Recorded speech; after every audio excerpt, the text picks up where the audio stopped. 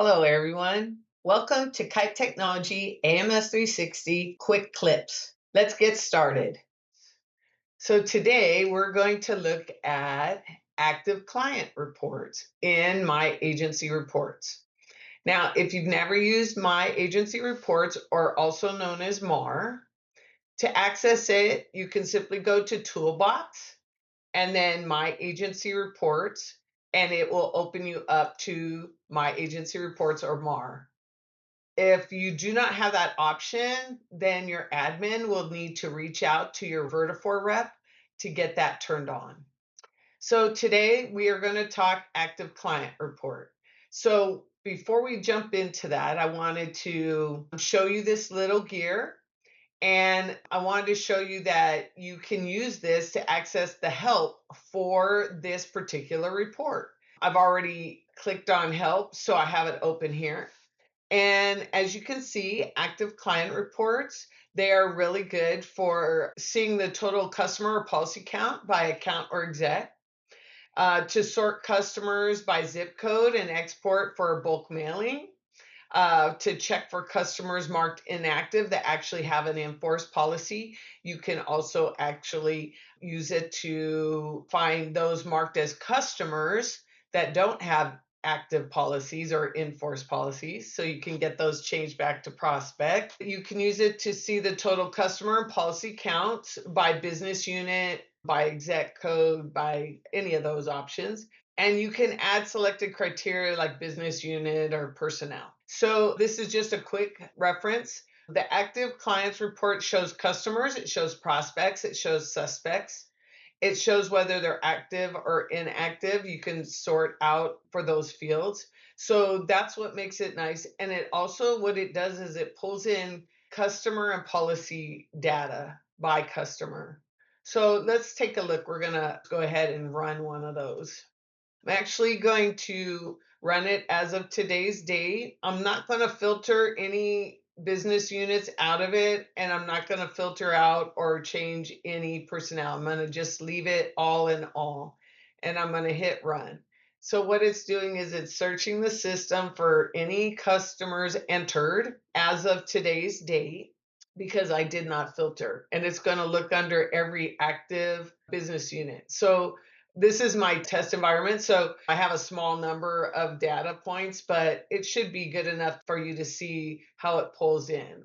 So without having any preset filters or any template created, the system automatically pulls in your customer name, the customer type, which is prospect, suspect, or customer, whether the customer is active or inactive, any policy numbers that are in the system for that customer, the division assigned, the branch assigned. Now this is polling as client, okay? The department and group, and then the customer, exec, and rep. So this division, this branch, this department, and this group, even though it doesn't say that, this is customer level, not policy level.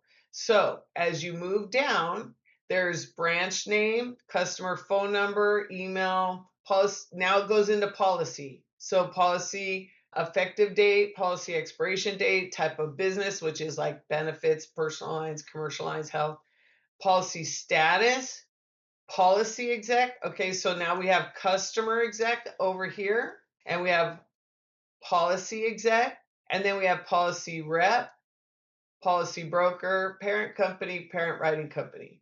Okay, so this is what pulls in as standard.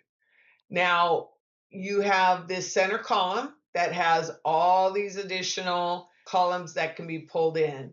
So anything marked in the blue is already in the report, and anything marked gray is not, but is available to put in there.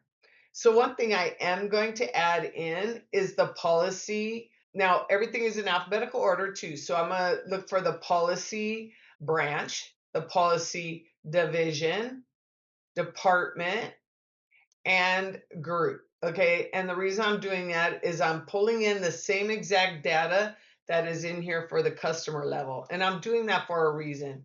You do not have to do this if you do not need this, but I'm doing it because of what I want to show as a possibility for also for using this report. So The other great thing about the MAR system is that it does allow you to sort your columns before you extract. So you can move things around. You can create a template. So originally, remember I said that everything right here is the customer level, right? So it's pulling in customer level. So you can actually use this report to do some auditing. So remember I pulled in policy division, policy branch. So I'm gonna actually take this policy division and I'm actually gonna set it right next to the company division. And then I'm gonna pull policy branch and I'm actually gonna set it right next to the company branch. And then I'm going to do the same for department and for group. Now, what this does is this allows you to audit your policy and customer level for the same customer to see how it is set up, to see if there's discrepancies, to see if there's mixed match. You can do the same with the customer exec and the policy exec. So if you go here to policy exec, you can pull it over here to customer exec right next to it, right? And then you can do the same thing with the rep, customer rep.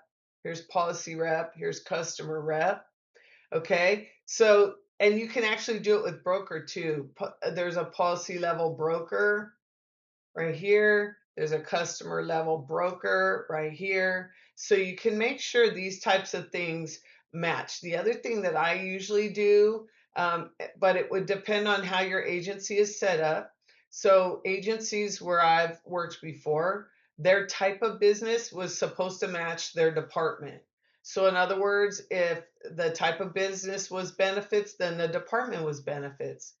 So if that's what you do, at your agency, which is highly recommended, then you could pull this next to your department and make sure another level is actually set up correctly as well. Okay. The other possibility is you might have a department that's slightly different than your type of business, but you would know if it's assigned to the wrong department or not based on this. Okay. So this is a great way to audit your customer and policy level to make sure they are matching based on your processes and procedures of your agency. Okay. So the other thing that it does is you can see there's policy numbers in some places and not in others. Well, this is because these are showing as active customers, right? Technically, they're active because they're in the system and they're not been marked inactive, but they're technically a prospect. Okay. So they're an active prospect, is really how you want to read this. Anything that's inactive in the system should be a customer that you never are going to go after again. You're never going to market it again. You're never going to do anything with it again. If it's a customer that you've lost their business, but you want to market the following year, that customer should remain active and be changed back to a prospect. And then an activity or a task or something set up for you to follow up in a year or right before, the renewal date. So, so this helps identify areas where, so here you have a person entered, they're showing active, they're showing as a customer, but they do not have any policies. Therefore, they really are not a customer. So this is a mismarked customer in the system.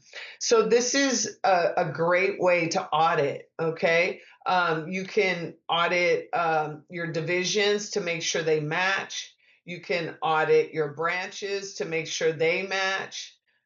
You can audit type of business, right? With department, customer level department, and policy level department. All right.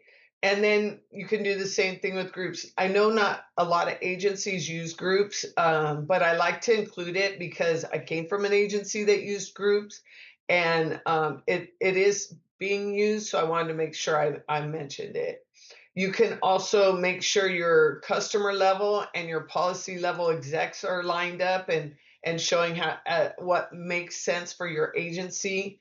Again, if you are If you are having a separate level customer exec than a policy exec, that's going to make it super difficult to do global changes in bulk. So it's just something to consider that you keep them matching. Same with your rep. You also have to remember that if you have a different combination, so let's say your customer level said Robert Black, right? Blackett right here, but let's say your policy level said Deborah. When you run a report on how many customers Robert has, okay, it's going to pull that he has customers. This customer is going to be counted as his, but the policies will not be counted as his.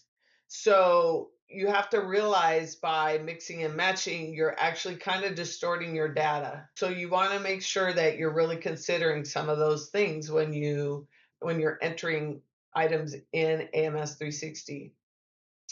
Okay, so once you have this, set up and aligned the way you want it, you have the data coming in, you want it. Also, if you have data in here, like emails and stuff, and you're running this report and you don't need any of this, you can just simply go in here and uncheck them, those sections. Like if you don't want customer email, then just go to customer email and remove it, and it'll take it out, right? So if you don't need any of the columns, that are at the end, or that, if there are any that you don't need for your report, you might as well remove them before you extract it. If you think at some point you might want it, then leave them in by all means, right? That you don't have to take them out. I just wanted to make sure you saw how you can do that.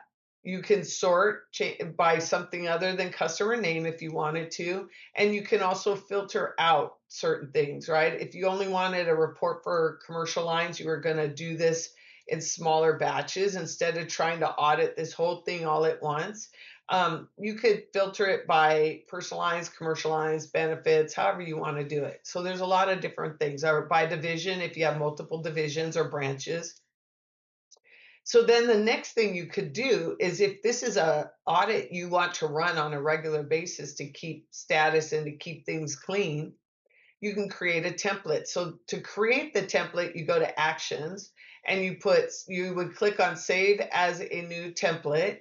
And then my suggestion is to always start with the word active clients so that it keeps it grouped with all the active clients reports.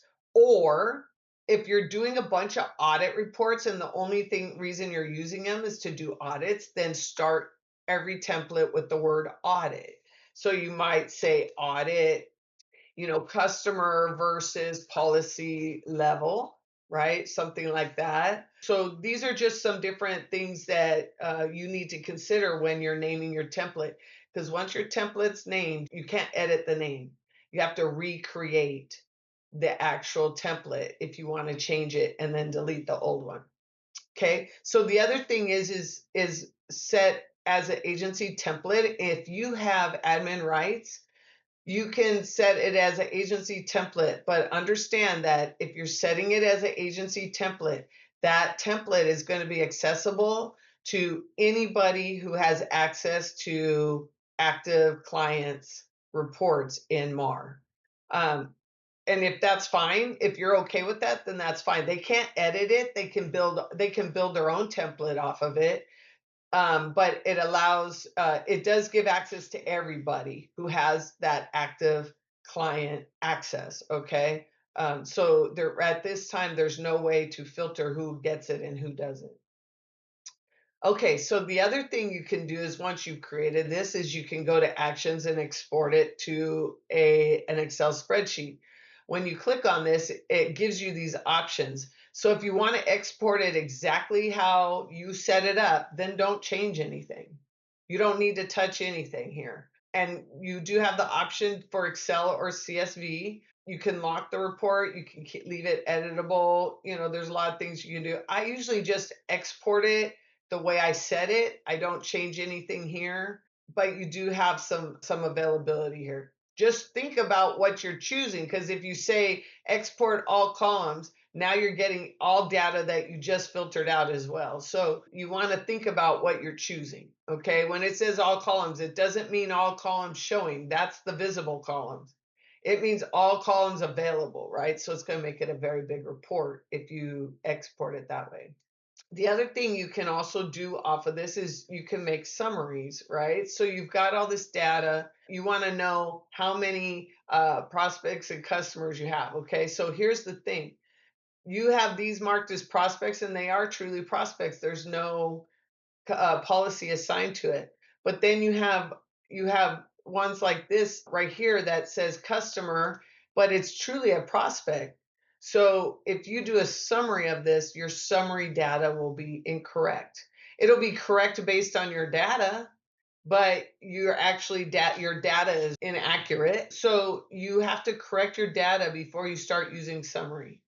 The benefit to a summary is you can see a snapshot of some things. You could be like, okay, by policy exec, I want to know your customer count and your policy account, right? And you can run that summary and it'll give you how many and look at how many blanks, because we're doing policy exec, that's why it's blank. So these would be everything that has a customer, but that's a customer in there, but has no policies in their system, right? So, you can do different summaries, which is really nice to see a very quick count of something, a quick summary of something, okay? So one thing this report does not have the ability to do, it does not have the ability to pull in any dollar amounts. So there's no policy premium, there's no revenue. None of those things are an option in here. This is strictly for data on the customer level and the policy level. That does not include premium accounting or anything like that. So that's basically a quick snapshot. What I usually do also, just to go one step further on the audit piece, is I do extract it. And usually when I extract it and open it, a lot of what I usually do is I just go step by step. So I'll like go, okay, I'm going to uncheck everything but customer, and then I'm going to say I'm going to go here and unselect everything and only select blank, right? So that means all of these are marked as customer, but they are not customers, they are prospects. So that I would normally go through and highlight those a certain color, and I'll show you really quick. And this is just to do a quick identification, right? And then usually what I'll do is I'll come over here and do prospect. Okay. And if I found anything that had a policy number in it right here, then I would know there was a problem there too. There isn't. It's actually in here correct. So there's nothing to highlight there. And then let's see what we got for suspect. Same thing. Everything's fine. So that would be something I would do on this part. Now, what I would probably do, see, we have no inactive, so we're good there. If we had active versus inactive, I might look at the inactive and see, like, look at my policy dates down here and make sure they really are inactive customers. Okay. So then the next thing I would do is go to division. And so I might say, okay, let me just pick one division and make sure that if there is policy information, that it's all says the same. If anything stood out that was wrong, I would highlight it all the way down. I would do that all the way down. And then the next thing I would do is go to branch, and probably the first thing I would do is check one of the branches. Of course, I get one these are some that I did not set up. So anyways, there's no conflict. So as long as there's no conflict, there's nothing to highlight and point out. So then, you go down here to type of business. Let's say we use commercial. So now here we have some issues possibly on the customer and the policy department. Now maybe public entities falls under commercial lines, and so this might be something your agency has decided to do. I would have used groups for something like this and major groups, the public entities, but maybe there's more to this than I understand. Okay, so, but again, I would highlight those because there's a difference, right? And so then, I might just make sure everything here matches. So it does. So we're good there. And then again, groups would be the other thing that we could do. But then we would go to policy exec and pick one here. Of course, I keep picking ones that only have one thing. Let's see, how about him? Okay. So as long as he matches, we're good, right? There's no discrepancies here, it doesn't look like.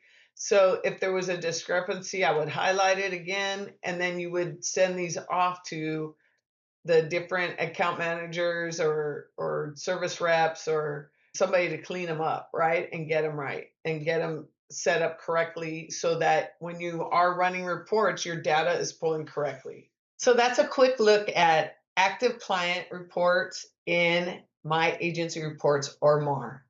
So if you found this helpful, please make sure to go to our YouTube channel and subscribe. I'll be adding more AMS 360 videos and tutorials soon.